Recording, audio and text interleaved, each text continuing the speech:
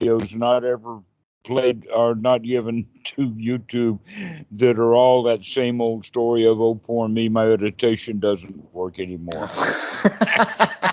Oh dear. Well, I hope I don't phone you up in a few months with one of those. Actually, I don't have very many students like that. It's fairly easy now to get them going in the right direction.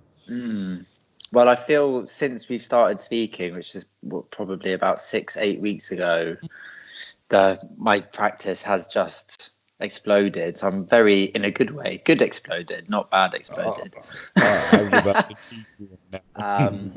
So I'm very, very grateful for that. But yeah, the last week, really, the last 2 weeks, just spending a lot of time in this state of joy, having a much stabler attention, and suddenly either the joy just arises spontaneously, and now I'm able to then stay with it for like 10-15 minutes, and it kind of goes in these waves, and you ride the waves, and then you kind of gets to a point where I feel like I can kind of move it through my body, and I like allow the joy to kind of like sink into the feet, and I allow it to kind of rise up. And it's sort of similar to what I suppose I do in step 4 of the Anapanasati Sutta, which is like the kind of breath in the body, the kind of moving, feeling the body in the body, which I've always understood as kind of like moving, feeling the breath as it kind of expands and moves through the body. It feels like that, but you're doing it with joy, with like it's the joy that's moving through the body. Yes, absolutely. That's step 3, by the way, experiencing the body.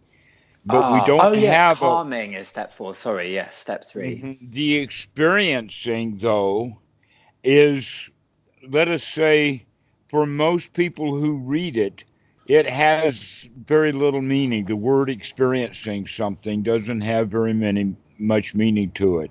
But now you're beginning to understand, oh no, this is really a big deal. This experiencing the body is a big, big new thing. Yes, I really feel like it is. It's also probably my biggest off the cushion practice in terms of what you gave me in terms of going through doors and sitting down, which I've only been moderately successful with. But whenever I kind of have that those moments of sati. Wow, moderately successful. Whippy! Yeah. Woo. But that's often what those moments of sati bring me to, is like this sudden feeling into the body, breathing into the body, kind of feeling the body in a kind of slightly more like energetic or subtle way, and then kind of proceeding with whatever I was doing from that place of awareness. But going back to on the cushion, so probably like an average sit over the last week, 2 weeks is maybe spending 20 minutes or so kind of on those initial steps of Anapanasati Sutta, kind of breathing, having attention become a bit more stable, moving the breath through the body, and then the joy just arises, or it doesn't, in which case I consciously let go of something and then it arises. Well, it's like basically, if you kick a dog, it'll get up. Yeah. You got to find the right place to kick the dog. Yeah. All right. But things don't arise. They don't happen on their own. No, you set the conditions, don't you? Precisely. You have to set the conditions for it. And then that unknown ingredient that just happens on its own will come up. Yes. There is an old joke about that in the first place didn't seem to have anything to do with Buddhism, but it winds up being very appropriate to what we're talking about right now. And that is that in South Carolina back in the 1960s, it was the high school students who were employed to drive the school buses. Wasn't a good idea, but that was the policy at the time. And so the bus driver guy decided, oh, well, he had a really good way of telling which students would make good bus drivers. Never mind that Mm. they had a license, that was already pre. And so he'd ask the question, oh, well, if you were up on this road that has, a guardrail, but the question is, how close can you go to the edge of that road? Mm. And the question would be phrased in such a way so that the answer that he would expect it would be different than what the so all of the guys with big bravado and I'm a really great driver, oh, I can drive very close to that edge and everybody's safe. But the answer he was looking for is, oh no, I'm not going to try to go close to it. I'm going to remain safe. I'm Mm. going to stay well away from the edge of the road. Okay, that's playing it safe. That's what people have been doing their whole lives. Mm. You're going to have to take your life right to the edge, but you don't go over the edge. It just sort of happens sometimes. Mm. And this is one of the ways of explaining nibbana. Is if you're in the vicinity of nibbana, it'll happen. But if you're nowhere near the vicinity, it won't happen. Just like if you're very close to the edge, it might happen. You might go over. But if you're nowhere near the edge, then there's no chance of you going over the edge. Mm. And that's something that has been known, that there are some things that you can't do, but you can put yourself in the vicinity. Mm. You can set up the conditions, which is Mm. exactly the way that you were talking about it. Mm. And that's what we're doing with this, is we're setting it up. We're inviting the joy. We're Mm. having all the right kind of thoughts. We're doing all the right kind of breathing. We're doing the right mindfulness. We're doing everything. And that we're also counting on something. And that is that we're counting on the fact that sometime in each child's life, when that child grows up to become the meditation student, in each child's life, there has been some joy. Mm. Now, there is possibility that a child could be raised and there was never, not a chance, no joy, misery, hunger, suffering, abandonment. But the kids that have that kind of lifestyle don't grow up to be meditation students. They grow up to be lunatics in the asylum Mm. or in prison or dead. Mm. So, we have had some joy. Mm. That's the point. Is that it was an experience. It's part of our memory banks. It's then there. And all we have to do is set up the conditions for that to arise again. Yes. And it feels like Yeah. an astonishing resource to be able to draw upon. Like it's If you haven't been drawing on it before, yeah. then it can feel quite astonishing to have that as a brand new resource. In fact, that resource will get you past any problem that you ever have in life. That's how big a resource it is. You Mm. can laugh anything off. It goes under the rubric of mind over matter. Mm. We're not talking about magic, we're talking about reality, mind over matter. If it don't mind, it don't matter.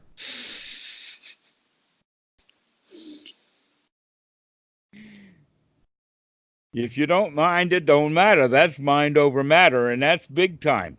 Mm. So we have to bring that joy. That joy is um, kind of the missing ingredient with most Western meditation. But in fact, it's Mm. not the only missing ingredient. They've got several missing ingredients. Well, That is, if there, it's certainly brought an awful lot to my practice over the last couple of weeks, especially. But then there's the question of what to do from there. So, for example, going back to this kind of average sit over the last few weeks, there's the kind of 20 minutes or so that I feel like builds me to a place where I will be able to stably be with the joy as it arises. Then there's probably about 15, 20 minutes where I am with that joy, and or between 10 and 20 minutes, with these kind of waves of it. And that's the whole focus of the meditation. All, the whole body is suffused with it. The whole kind of bandwidth of mind is suffused with it. And then eventually either something will distract me out of it, or it will just seem to kind of drop. And then you're in a really something. But then, I caught it that. seems, well, either, but sometimes it feels like an appropriate amount. I don't know, like the rhythm of it it's just gone this, and now it's gone this, and then you're somewhere else, and that's okay. I've heard that before. I've had about as much joy as I can stand. So, in fact, even the capacity for joy Yeah, needs exercising. yeah, maybe. It's not, but there's an afterglow. It's not like suddenly I'm miserable sitting there meditating. It's just that the strength of it, the kind of full body of it will let go. And then the mind is in this very, it feels like it's in a very clean, clear place. And at that point, I normally have about 20 minutes left to meditate. Okay. So tell me about your breathing. So tell me about your breathing.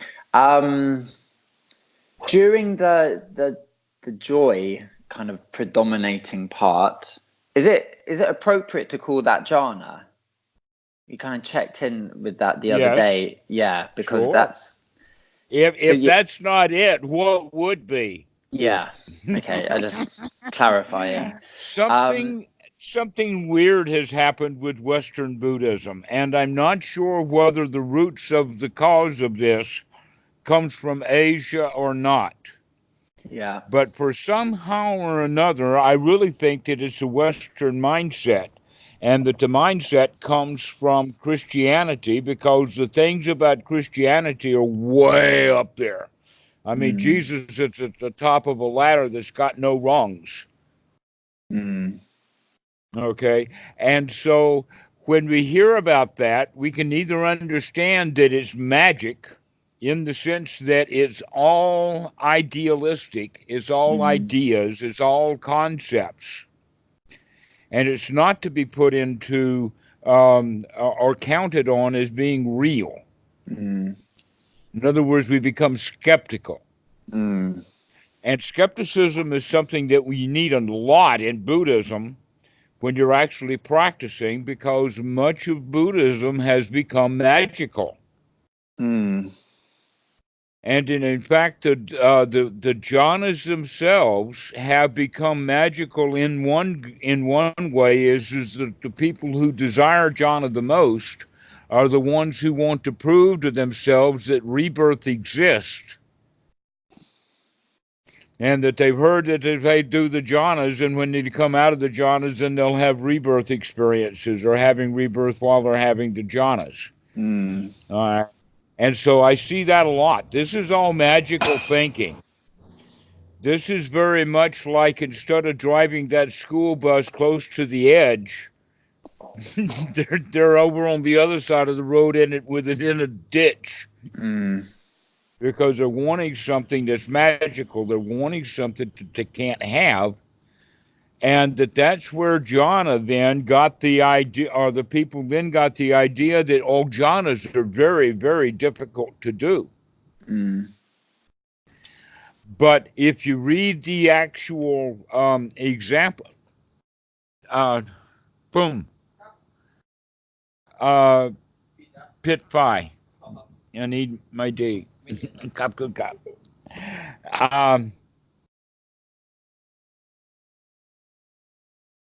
That we have the idea that jhanas are very hard, but they're natural states that humans have been in and go into from early times.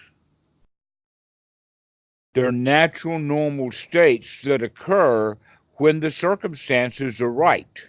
Mm. What we're hoping to, or what people are intending to do when they're in meditation, is to set up those conditions to be right, as close to the conditions as they can, so that the results are there. Now, with the first jhana, the one that's the most difficult to do is the rapture. That has to be set up. But rapture is the most difficult in the sense that that's almost the result, or that's almost like the falling over the cliff after you've gotten close to the edge, Mm. Mm. right? And that so we have to kind of work ourselves up to it by telling ourselves a very wonderful, pleasant story. In other words, we do all the right things verbally. And the right things verbally, then we'll have all of the right stuff in the mind. And by doing so, that's automatically being free from the hindrances, Mm. is to set that up. Another quality that needs to be set up is the breathing. And let me explain it to you this way. Gosh, it's really an important thing. It's so Mm. important that the whole system was named after as anapanasati of Mhm. breathing. This is mindfulness of breathing, but the word mindfulness is a Western word that I don't even know where it came from, and nobody uses it other than in Buddhism.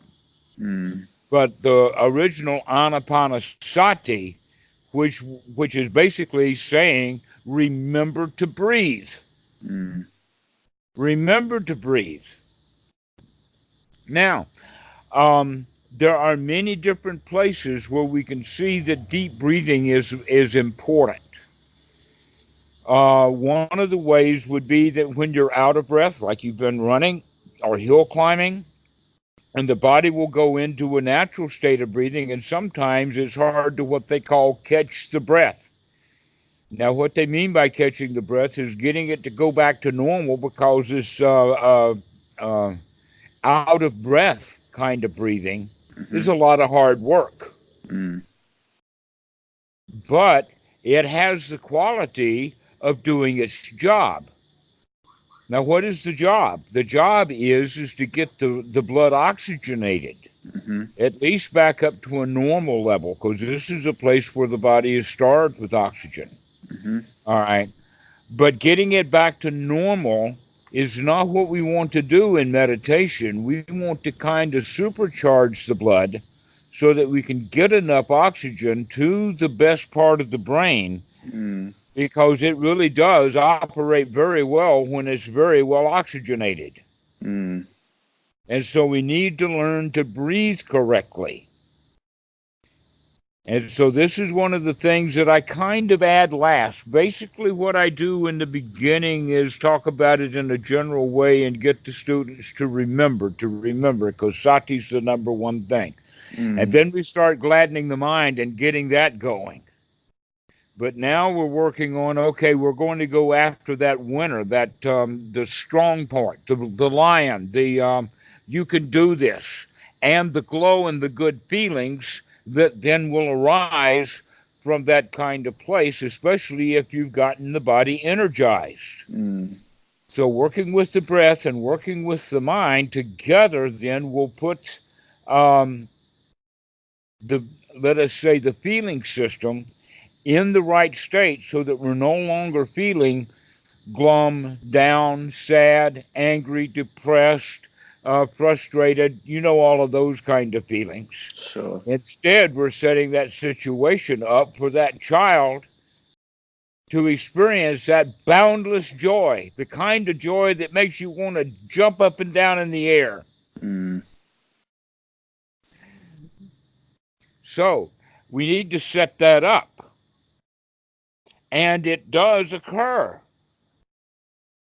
And when it does, as in fact you're going in that direction now, you're beginning to recognize that you're building on that. That this is a process, it's a training, and that when you get all of the factors together, or let us say all the conditions in the way that we're talking about here, Mm. then then the additional factors that are needed then we'll pop into place. And then we'll have all of the factors that we need for first jhana, that we have collected them together.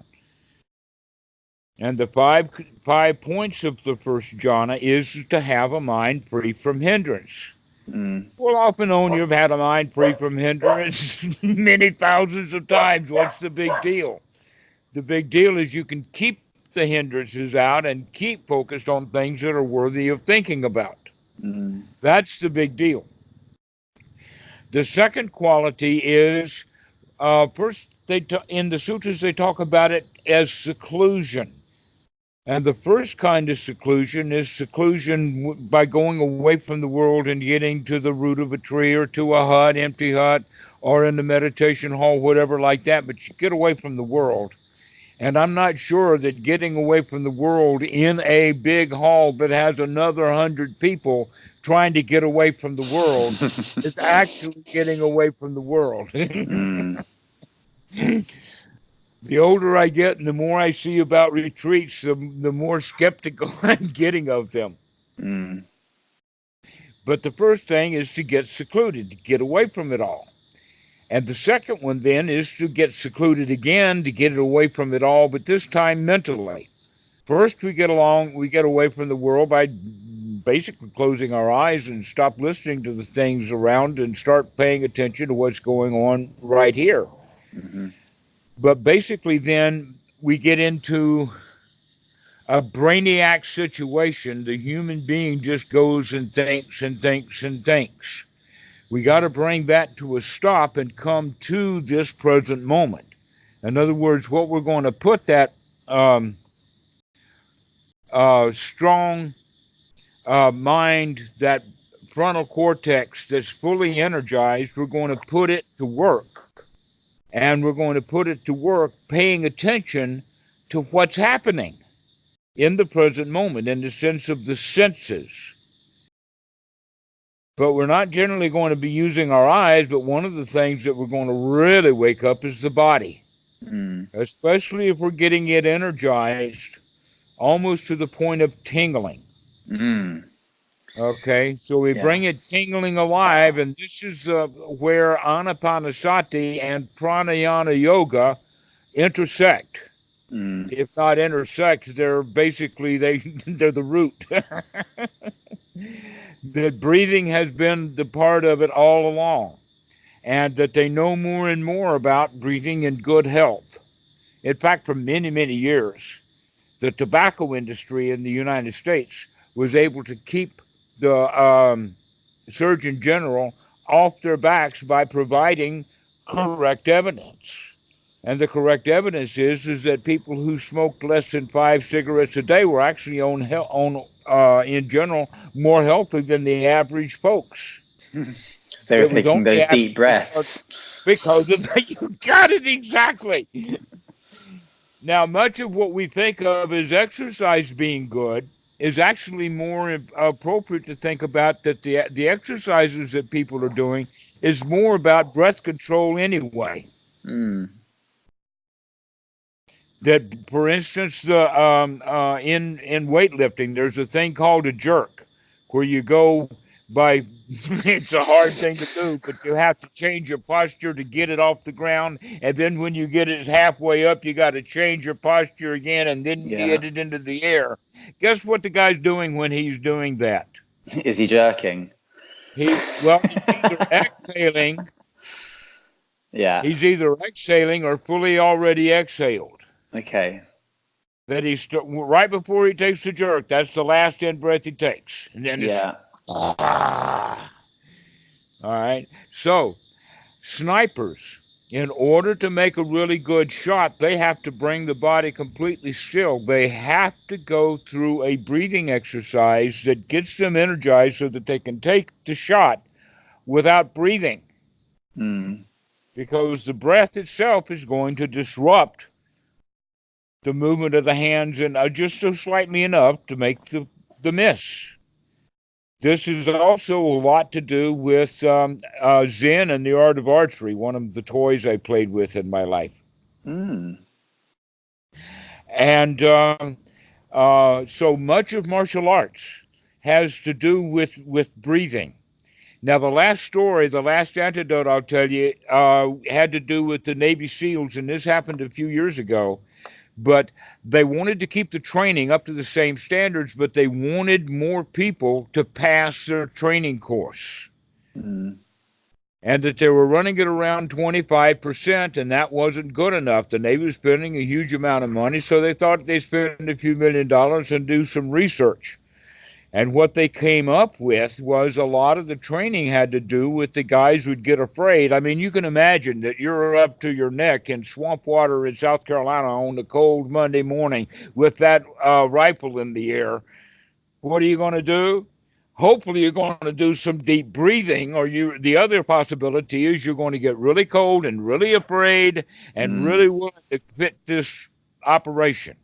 Mm. And so they added deep breathing and stuff like that, and their uh, win rate went from 25% to 50% just by adding some breathing exercises to their SEAL training.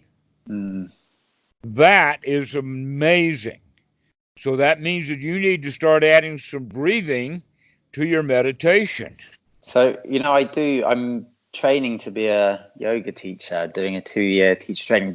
Every time before I sit, I tend to move for the same amount of time that I'm going to sit for. So if I have 40 minutes, if I have an hour and a half, I'll do 45 minutes moving and then 45 minutes sitting. If I have 2 hours, I'll do an hour moving and an hour sitting. And the moving is all very, very, very, very breath centered. All the movements are with the Oh, breath I and didn't everything's know done. that. Well, no, but some yoga practices actually are very postural and have very little to do with the breath. Because there's a lot of very Absolutely. bastardized yoga You could al- around. you could also go so far as to say that the deeper the folks go into yoga, the more important breathing becomes.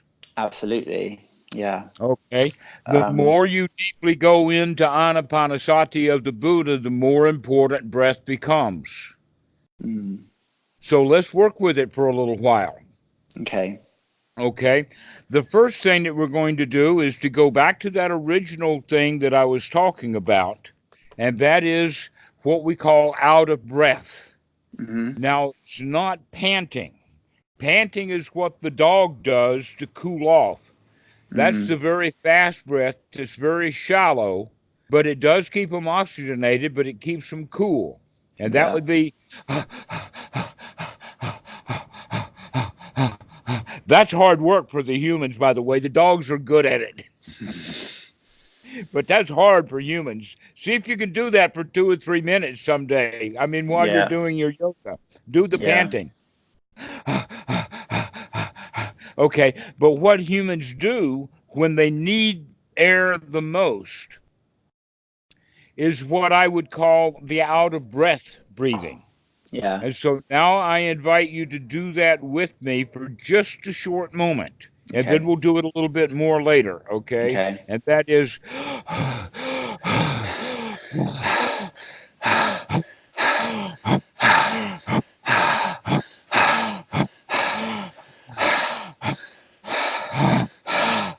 keep going. You're a yoga teacher. Come on, do it.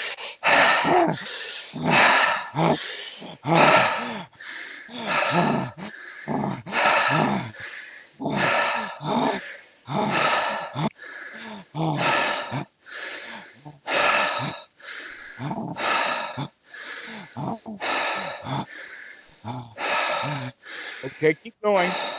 But now think about how you feel. What's your body doing right now?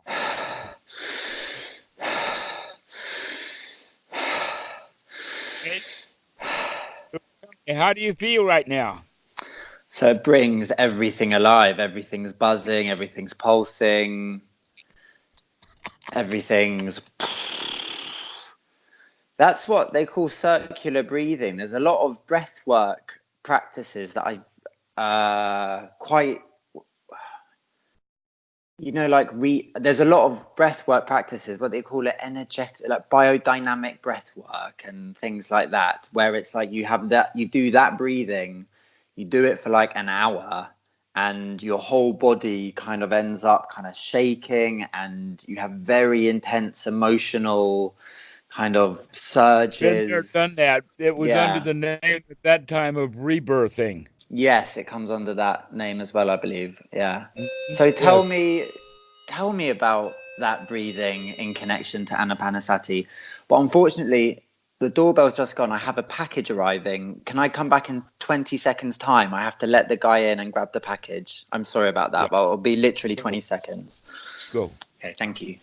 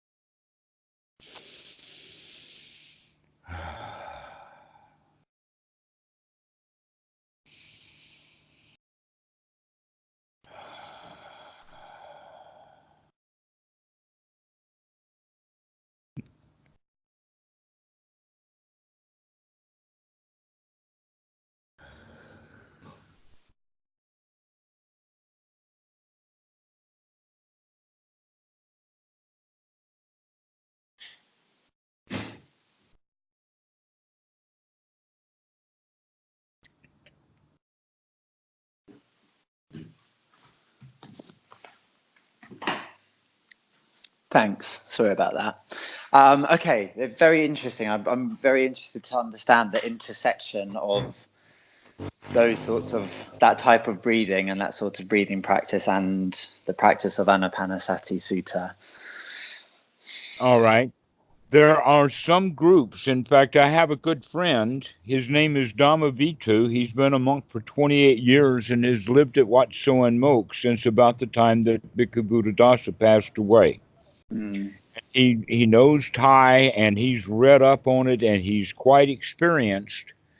And the reason I'm telling you about this is because he in fact in the retreats, because I've had my students report that have gone to his retreats, that he actually calls that kind of breathing the second step of anapanasati. mm, It is shorter, but it does really energize the body.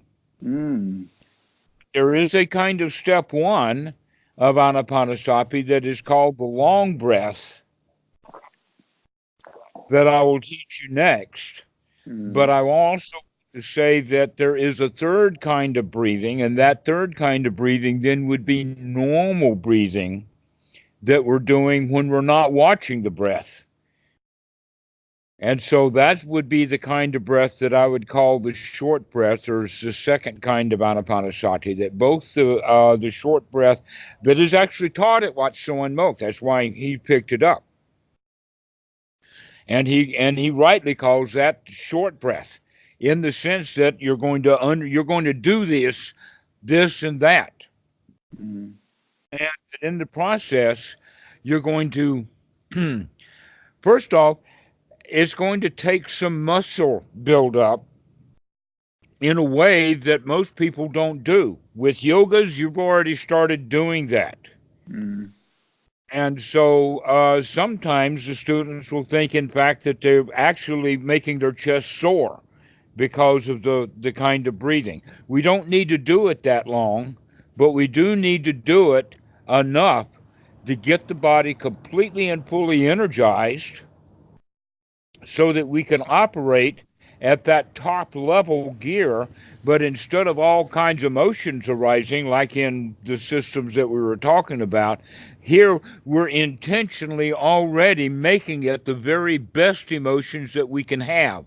mm, And so we're going to take it to the very height of human experience. mm, Intentionally so. We're setting up all of the all of the factors to do that. We're bringing in the deep breathing, the yogic breathing. That's part of anapanasati, but this is not taught to the beginning students, except Dhamma giving it to students in the meditation retreat. I'm not sure whether everyone would approve of him doing that or not, but I don't have any trouble with it because the students eventually are going to have to figure out that they need to get their body really energized. Mm. And so by doing that, we work with the body, with the breathing, getting it going.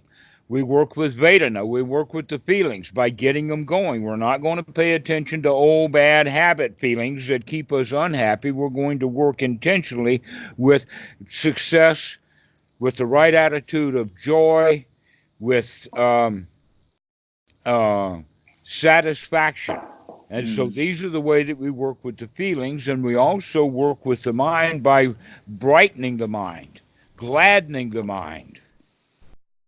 Allow the mind to continue to do this kind of stuff is actually concentrating the mind in a way that makes it wholesome Mm. or whole, as opposed to back and forth and up and down and this is bad and this is good and all of that. That scattered mind that we're coming out of, and we're going to keep a unified mind that's unified on what's happening right now. Wow, this is great. That's what's happening right now. And so this is all of anapanasati kind of put together in a package so that we can understand that this step 10 of gladdening the mind actually requires us to have the right kind of thoughts to gladden the mind. So Mm. now we're not thinking of thoughts that are hindrances, we're thinking of thoughts that are actually conducive to or conditioning us for the very best of feelings. So now let's give a demonstration of what I would mean by the long breath. Mm-hmm. The most important characteristic of the long breath is the sigh of the Mm. out breath, that is a complete release, a complete let go. I've noticed that that spontaneously happens to me while I'm in the jhana, that quite often it feels like there needs to be a release somehow, and it comes out with a sigh and through a very big grin on my face, like, Exactly. Okay. And so that sigh should be a little longer mm, than the in breath. That we don't need a long in breath, but the important part of the in breath is that we actually intentionally fill up the whole place. mm-hmm, Okay, as opposed to the sigh is emptying it out. Now, most people, what they do is that they're at a certain level. Let's say they've got this much volume of air. They're normally breathing at about this level. They're neither filling it up nor sure. emptying it. So we're going to work on emptying it with the sigh, but we're going to work on filling it up. Now, this is kind of different than the out of breath kind of breathing that we're doing. There, we were only doing one thing, and that was getting oxygen in. This is also going to get oxygen in, but it is kind of a little bit slower rate. But it does have the accumulative effect that very quick breathing. I wanted you to do that so that you could get that feeling of tingling. I mean, and everybody who does that, they say, "Wow, why haven't I been doing that before?" Because it only took a couple of seconds, or not a Mm. couple of seconds, but less than 2 minutes anyway, to where the actual long breath takes more consistency. So let me give you the demonstration now. Mm-hmm. All right.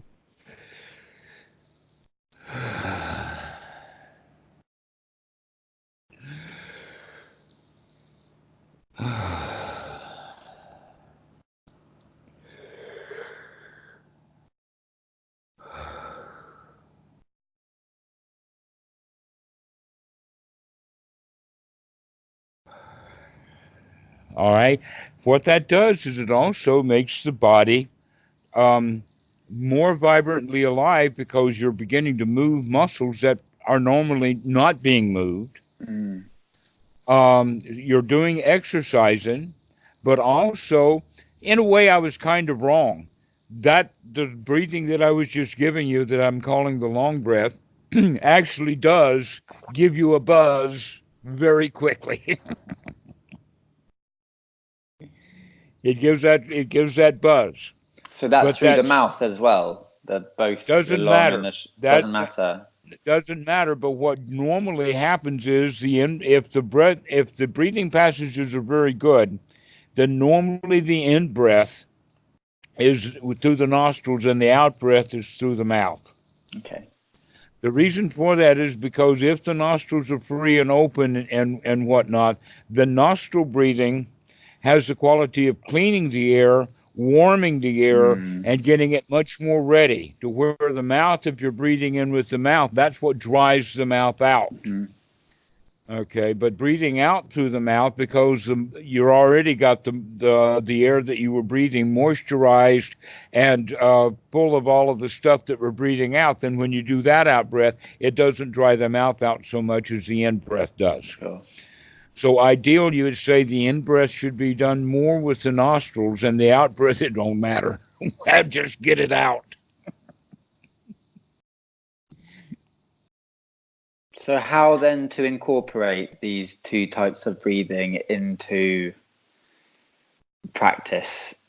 Now that I've given you two toys, you're asking me which one do I play with first? Yeah, pretty much. You got to do it right. I know. I've heard that Western idea before. Make your meditation a joy. Make it a toy. Make it a playful thing. Mm. See how good you can get your mind to explode. Okay. That was the word you used. Yeah, in a good way. Good explode, not like Yeah. landmine explode. Fireworks, not bombs. That type of explosion. Yeah, a sense of awe Yeah. rather than a sense of, oh God. Yeah, a sense of awe. That actually is part of the human experience. Mm. So to top off that whole point, the first jhana that we're working with now is a natural, normal human experience.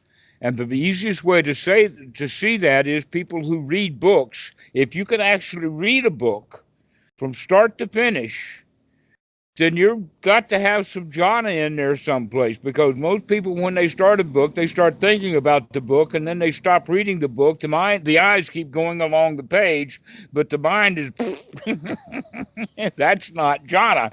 Mm.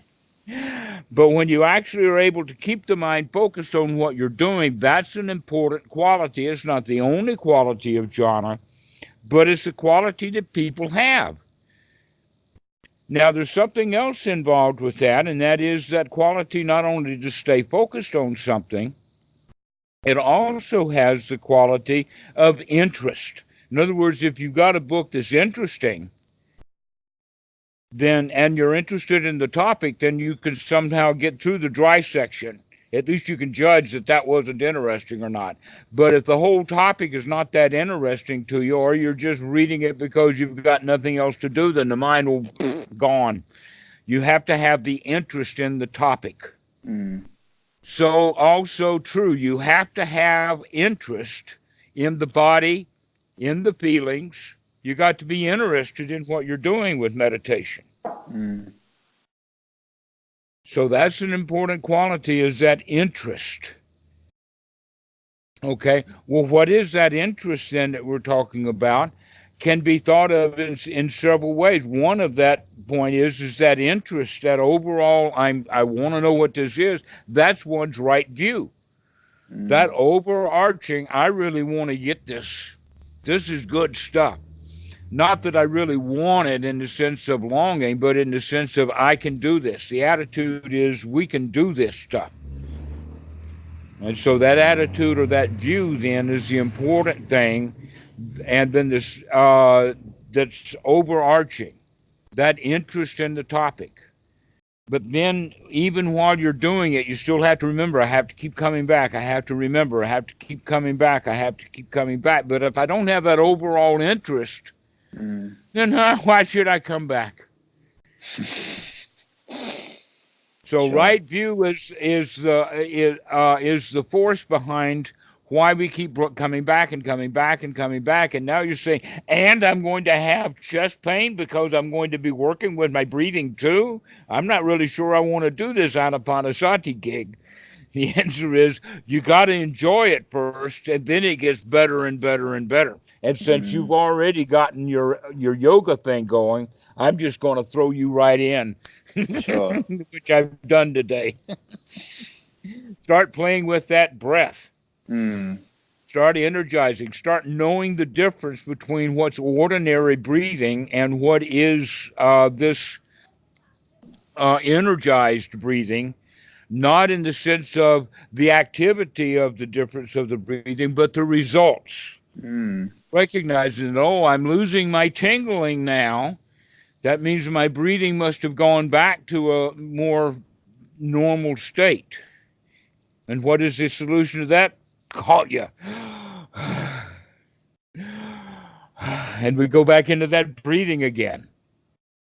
okay, and you So, suggest experimenting and playing between the long and the short, mm-hmm. and at different times. So perhaps if I'm working with the breath in the body, see what that's like with that long breath, see what that's like with that short breath. If I'm in jhana and with that joy, experience what that's All like of with the those short breath, with combinations. the long breath. Yes. Okay. Yes, all of those combinations are to be played with, to be investigated, to be understood as part of your newfound vocabulary Mm, okay. of how to express feelings. Mm. What about times when everything gets very, very still and the breath wants to become very, the breath wants to reflect that stillness?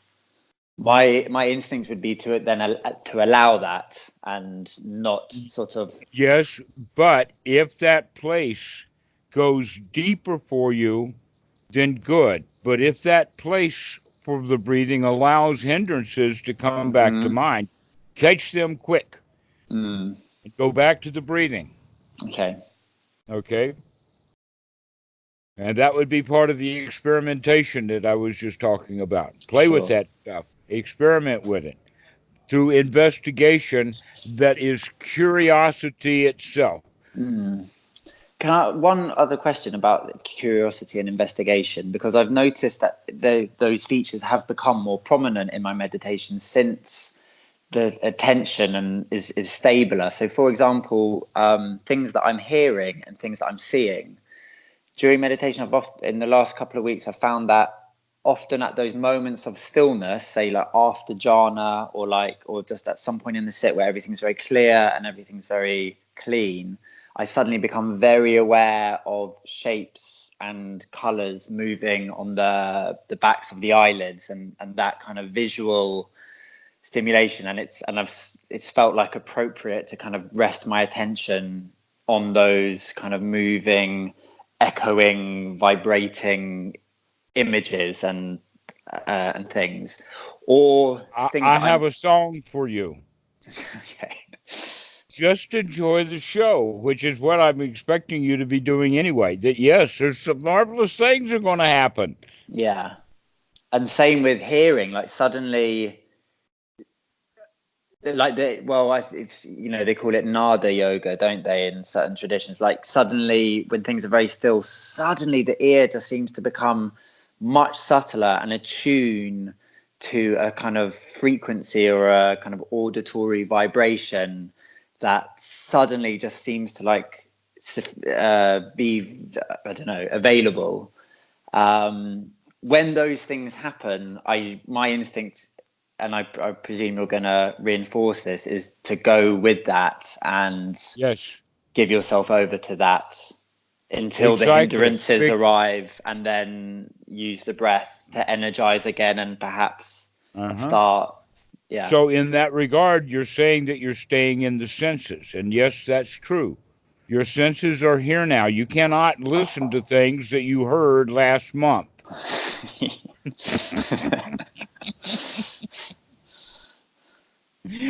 And you cannot listen to a conversation that not yet has occurred. That when we're hearing, when we're seeing, merely the seeing, the Buddha talks about it like that. Let the hearing be merely the hearing. In other words, really get into the hearing and just listen. The same way with the bodily feelings. Start to get into the senses. That's what yoga is all about anyway. Mm.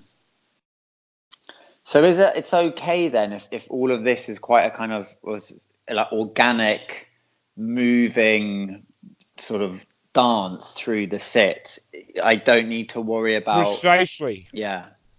In fact, there's all of those words about Leela, Play, the divine dance. play, yeah. Yeah, all right. Well, now you're becoming part of the dance. Mm. Instead of ignoring the dance and the music and all of the stuff that's happening in all of the body senses and whatnot, we think thoughts instead. Mm. We were trained to do that when we were children. And so the whole quality of coming back to being human again is to stop paying attention to the past, stop paying attention to the way that we were when we were children, because we were trained to do what we were told to do and do it reluctantly.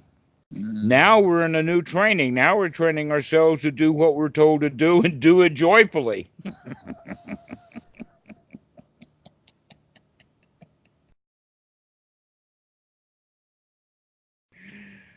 The Dhamma can be a harsh mistress. Mm. If you don't live according to the Dhamma, there will be suffering. That's what the whole teaching of the Buddha is all about. So the question is, can you live according to the right way to live happily?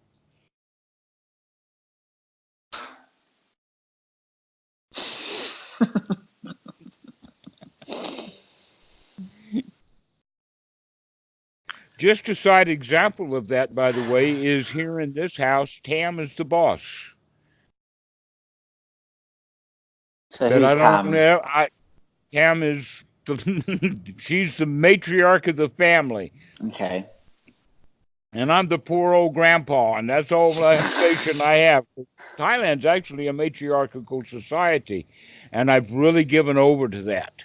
Yeah. And she's taken over that role in an expert way.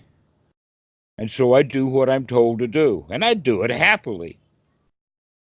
But she's had to pay a price for that, and that is she cannot lie to me because I'm good at it.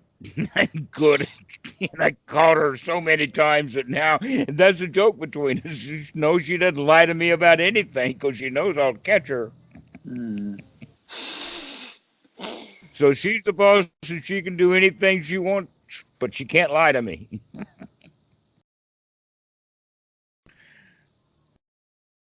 And that makes it really worthwhile having. But you Mm. have to be willing to give in. Another example is teaching a child to play checkers. The adult who knows how to play checkers is going to win every game. But if you win every game against that child is not going to pick up any interest in checkers at all.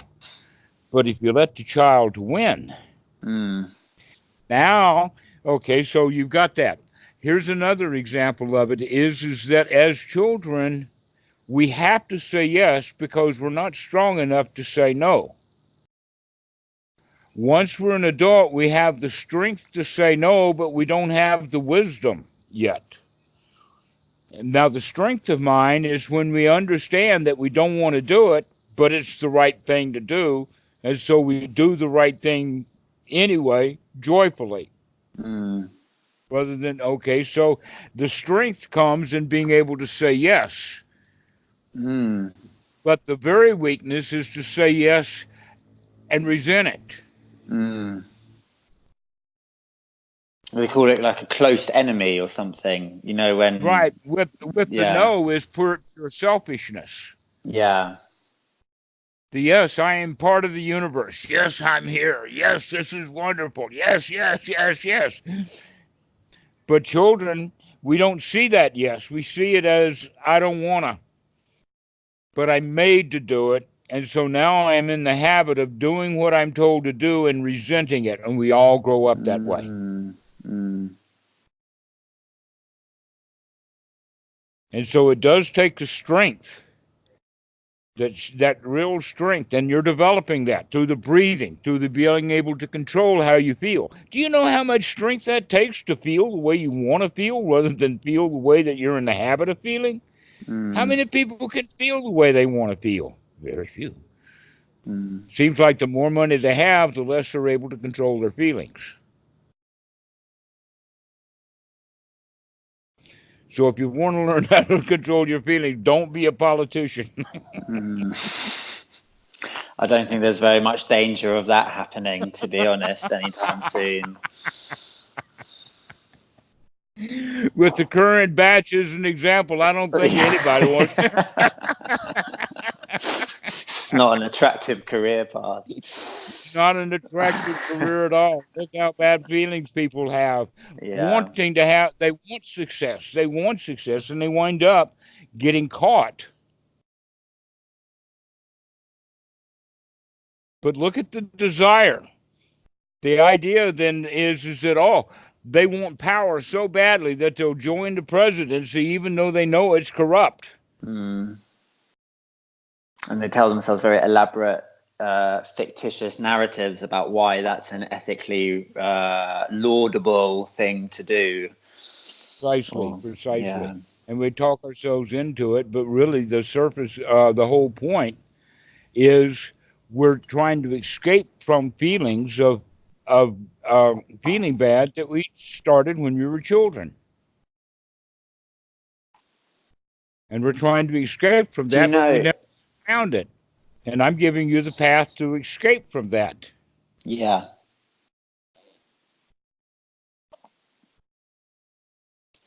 Yeah. Do you know? It's really interesting, the idea of like escaping the feeling habits we learn as children. Um, I had a dream last night. I practice lucid dreaming. I have done for the last 2.5 years or so. Something I've been very interested in. In fact, that's what got me into meditation. Really. Um, Last night I had a dream where I was having an argument with my partner, and in the argument I was acting like a tearful child, kind of like really like emotionally incontinent and kind of tantruming and really upset. And suddenly like awareness crept in, and I became aware of the fact I was dreaming, and I suddenly went, wait, I don't, this is stopping me being joyful, exactly this sort of feeling. And my dream intention was to experience joy in the dream state. And as soon as I became aware of the fact I was dreaming, I was able to look at that and let it go. And then it was like a narrative voiceover took over in the dream and said, you feel that anger because you're scared that there's not enough love, that there's a finite amount of love and there's not enough for you, and so you react with this anger. Let it go. And suddenly just felt this like washing over of love and joy through the whole body, and then express that joy through flying in a kind of geometric fashion. Uh-huh. Um, Yes, learning to wake up in the dreams. That's also part of the practice of anapanasati. And if you're already doing that, then later we'll talk about that too. mm, I think we've mm, had enough to talk about today, but yeah, yeah. Yeah, we that's got to come out of our dreams. In fact, what you're doing in night dreams is the same thing as we call daydreams. It's the same thing. one thing I've noticed actually recently in meditation. When everything goes very still, I suddenly become aware of the fact that there's like a level of the mind that's operating, that is showing these images, these like very surreal little snippets of, and it's like dream. It's exactly like dream. And it's like I've suddenly like, is that happening all the time?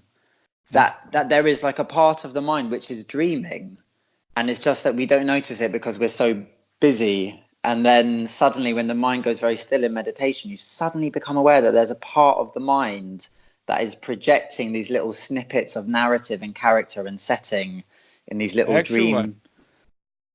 Yeah. Yes, that's the process that we call perception. Mm, That pulling of the snippets together and painting a mosaic inside the mind. mm, Congratulations, you're moving right along. So I'll leave you with 2 points or 2 questions for you to ask yourself, Mm. because we've already done both of them. But the point would be, how can you get yourself into that jhana state? What do you need to do to get there? The Mm. answer is you basically talk yourself and breathe your way into it. Mm. All right. Once you get into that, so that's the first question. The second question is, once you get there, how can you maintain that? How do you maintain that state? The answer is by not having thoughts or feelings that pull you out of it. Mm.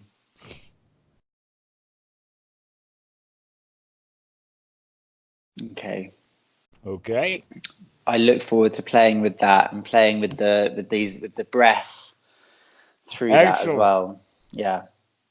Okay. All right. Well, we'll see you. Thank you very much. Really. Thank you very This much. is Speak good. This soon. is good. Okay. Take care.